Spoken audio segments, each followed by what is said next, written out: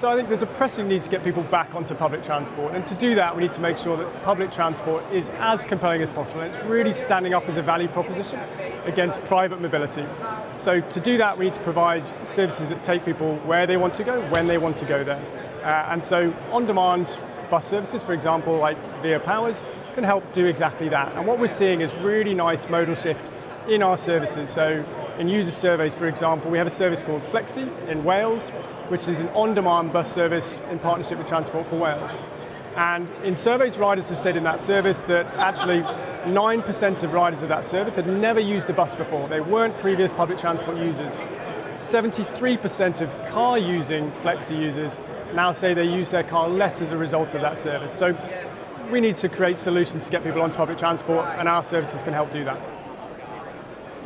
I think the first thing to be clear, the usual dynamic is working with cities or local authorities to provide more efficient, more equitable transport services. So typically it's around saying, how can we provide services that will make public transport accessible to more people across more of your city? So often in a city, fixed route, fixed services will be the right way to provide that public transport. But often there'll be areas, either it be in more suburban or peri-urban areas of the city, where actually fixed routes won't make so much sense, or it might be night services where there isn't the demand to warrant fixed route services. So that's where more on-demand services can really come in and help provide a better service at those more off-peak types of hours.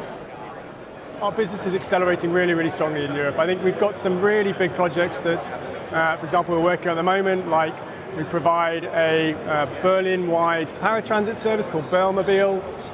We're providing a service in France, in the Loire, providing home-to-school transport across the whole of the region. So some really, really big services now that cities and authorities are trusting us to deliver across Europe. So a nice validation of what we're doing. Without a shadow of a doubt, there will be more options for city dwellers.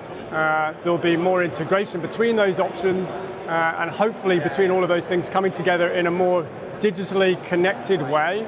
Actually, we can create much more efficient transportation systems that will allow our cities to cope with some of the undoubted transportation challenges they're going to face.